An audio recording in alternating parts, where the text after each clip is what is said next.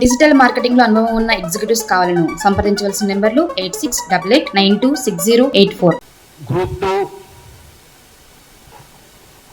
పరీక్షను వాయిదా వేయాలి, తేదీలు పొడిగించాలి, పోస్టుల సంఖ్య పెంచాలి, గ్రూప్ 3 పోస్టుల సంఖ్య పెంచాలని చెప్పి సహజ సిద్ధంగా రాష్ట్ర వ్యాప్తంగా ఉన్న నిరుద్యోగులు ఇది ప్రజాప్రభుత్వం కాబట్టి మా ప్రభుత్వం కాబట్టి అని డిమాండ్ చేస్తున్నారు. ఇక బీఆర్ఎస్ వాళ్ళకి అంటే హరీష్ రావు గారికి కేటీఆర్కి ఏం పని లేదు. పని లేనోడు వెనకటికి ఏదో దొరికినట్టు ఇందులో జొరబడి రాజకీయం చేయాలని చూస్తున్నారు.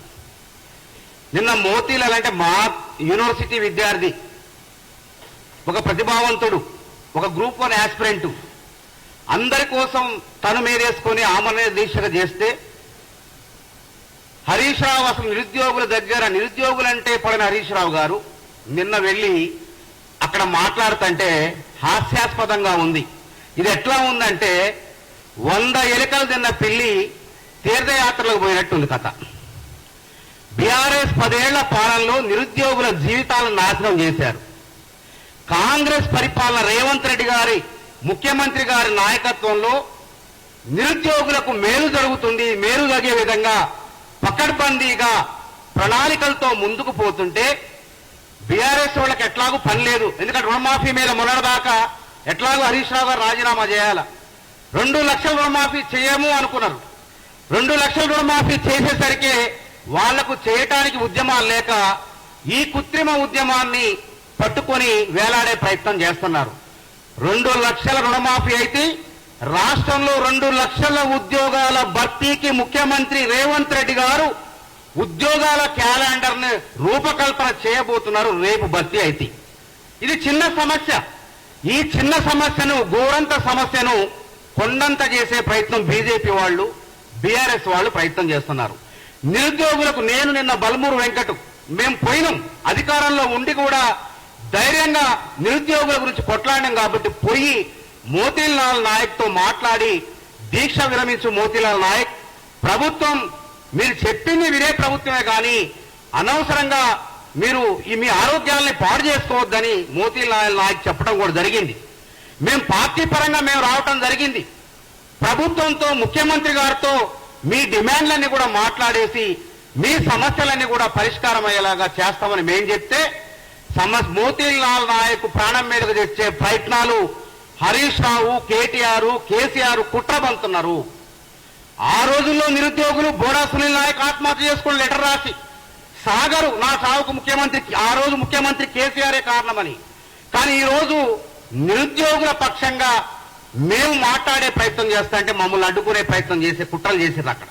అయినా నిరుద్యోగులు అందరూ మమ్మల్ని స్వాగతించారు. అక్కడికి స్వాగతిస్తే ఈ సమస్య పరిష్కారం కోసం మేము పోరాటాలు ఉండవు. ఈ రేవంత్ రెడ్డి కాంగ్రెస్ ప్రభుత్వంలో పోరాటాలు ఉండకుండానే సమస్యలు పరిష్కరించే విధంగా మేము కృషి చేయబోతుంటే వీళ్ళు కావాలని చెప్పేసి నిరుద్యోగులు రెచ్చగొట్టే ప్రయత్నం చేస్తున్నారు. నిరుద్యోగులు కాంగ్రెస్ తోనే ఉంటారు, కాంగ్రెస్ తోనే నడుస్తారు. నిరుద్యోగుల పక్షాన కూడా కాంగ్రెస్ పార్టీ ఉంటది. అవి కూడా వాళ్ళు చెప్పినటువంటి గొంతెమ్మ కోరికలు ఏమి లేవు. వాళ్ళు చెప్పినటువంటి వాయిదా వేయాలి, పోస్ట్ సంఖ్య పెంచాలని అంటున్నారు. ఆ విషయాన్ని ముఖ్యమంత్రి గారి దృష్టికి మేము తీసుకువెళ్తాం. కాబట్టి దయచేసి బీఆర్ఎస్ పార్టీ గుంటనక్కల్లారా ఖబర్దార్. నిరుద్యోగులను వాళ్ళకి ఆ రోజు మీరు నిరుద్యోగుల ఉసురు తీసుకున్నారు, ఈ రోజు కూడా నిరుద్యోగుల జీవితాలతో చెలగాటమాడితే కాంగ్రెస్ పార్టీ తరఫున ఊరుకోమని చెప్పేసి హెచ్చరిక చేస్తున్నాం. అదేవిధంగా మరి ఇప్పుడు శివసేన రెడ్డి గారు, రియాజ్ గారు మేమంతా కూడా మరి సాయంత్రం కానీ ముఖ్యమంత్రి గారితో చర్చలు జరిపి అసలు నిరుద్యోగ సమస్య, నిరుద్యోగులు దేని గురించి పోరాడుతున్నారో ఆ సమస్య లేకుండా ప్రయత్నం చేస్తాం. ఇందులో 2 అంశాలు ఉన్నాయి. కొంతమంది పరీక్ష వాయిదా వేయాలంటున్నారు, కొంతమంది వాయిదా వద్దు అంటున్నారు. భిన్న వాదనలు ఉన్నాయి. మరి 2 వాదనలు కూడా వినాల్సిన బాధ్యత ప్రభుత్వానికి, అధికార పార్టీకి చెందిన మాది కాబట్టి మేము ఇద్దరిని కూడా 2 కళ్ళగా చూసి న్యాయం మళ్ళీ న్యాయపరమైనటువంటి చిక్కులు లేకుండా ఏ నోటిఫికేషన్ అయినా సరే గతంలో వాళ్ళు నోటిఫికేషన్ ఇస్తే చూసుకోకుండా నోటిఫికేషన్ ఇస్తే అనేక చిక్కుల్లో అది కోర్టు మెట్లు ఎక్కేది. ఈ ప్రజాప్రభుత్వంలో ఉద్యోగాల భర్తీ 38,000 ఉద్యోగాల్ని పారదర్శకంగా భర్తీ చేసిన ఏ వివాదం లేకుండా గ్రూప్ 1 పరీక్ష కూడా వాళ్ళు పెట్టడమే చేత కాలేదు. బీఆర్ఎస్ వాళ్ళకి అవినీతిమయం మార్చారు, భద్రతా ప్రమాణాలు పాటించలేదు. గ్రూప్ 1 పరీక్షను పెట్టడం చేత కాని వాళ్ళట ఇవాళ వచ్చి మాట్లాడుతున్నారు వాళ్ళు. మేము పకడ్బందీగా రేవంత్ రెడ్డి గారి నాయకత్వంలో టీజీపీఎస్సీని సంస్కరించి మరి లీకులు లేకుండా భద్రతా ప్రమాణాలతో పరీక్ష నిర్వహించి శభాష్ అనిపించుకున్నాం.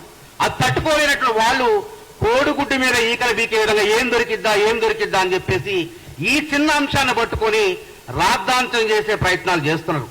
ఒకటి, కాంగ్రెస్ పార్టీ రేవంత్ రెడ్డి గారు స్పష్టంగా ఉన్నారు టీచర్ల విషయంలో కానీ.